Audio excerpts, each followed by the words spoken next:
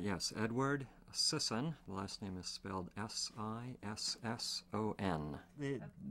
The prevailing scientific opinion in the universities is to label intelligent design as creationism. I think quite inappropriately so. Because I came to this by reading the science. My position is that the leading intelligent design textbook is already in all the universities, and it is Molecular Biology of the Cell, 4th edition. Okay, this is Molecular Biology of the Cell, 4th edition.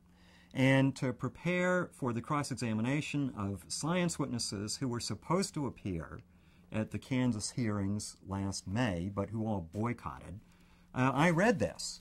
I've read perhaps 2/3 to 3/4 of it, and I have it copiously annotated. And this tells you how cells operate, what the function, how they function. And it is the most complex subject, I believe, in all the sciences. And I took mathematical modeling of biological systems. I took a full year of physics. It's required to get a Bachelor of Science from MIT. So I do have an exposure to science and a demonstrated ability to understand it. And I graduated with an A average.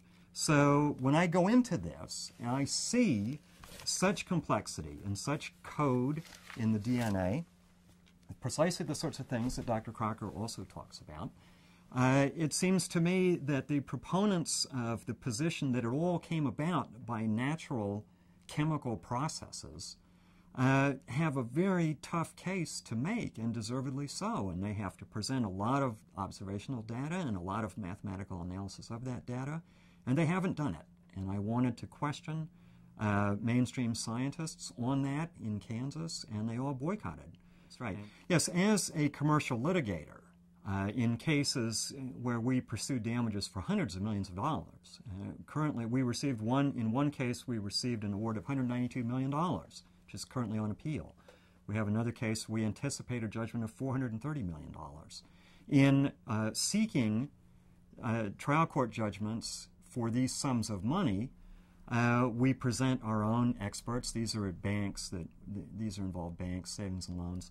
And the government, the party that we're suing, presents its own experts, professors of finance from Stanford, other professors from many other universities. And I, as a lawyer, I must learn enough about their field to cross-examine them.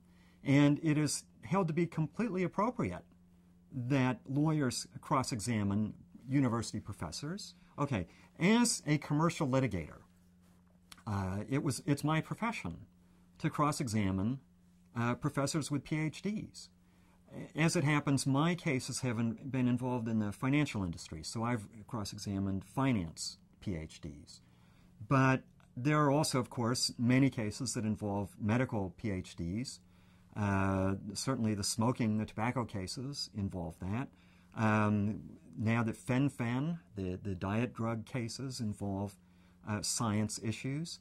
And scientists are offered by both sides who testify concerning the relevant science, and those scientists are subject to cross-examination. And lawyers, like myself, who have advanced degrees and who have the credentials that demonstrate the intellectual ability to master a wide range of fields, master those fields sufficiently to ask effective and relevant questions. And that's what I was going to do in Kansas. And the other side says, oh, it's not appropriate to cross-examine scientists on science. To which I say, their theory is being taught to every school child in America. This is not merely a private dispute. Yet in a private dispute, scientists who testify on the merits for one side are cross-examined. Here we have scientists testifying on the merits for one side in every classroom in America, in every university in America. It is totally appropriate that spokespersons drawn from the scientific community, when asked to testify by the people's elected representatives, which is what was going on in Kansas. This was not a private body. This was the elected State Board of Education in Kansas, asks mainstream scientists to testify in support of the theory that because of them is being taught to every student in the Kansas schools. They should have come. They owed it to the people to defend the theory that they advocate that's being taught. Our side presented 10 university scientists, 17 PhDs altogether, 22 or 25 witnesses altogether, and all of our witnesses were cross-examined. And our theory is not taught in any school. And we accept that our people were properly subject to cross-examination. So were they.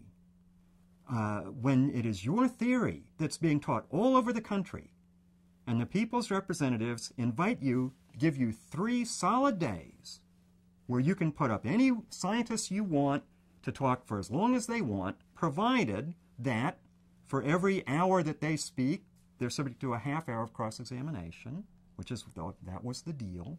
You come and you testify because you owe it to the people.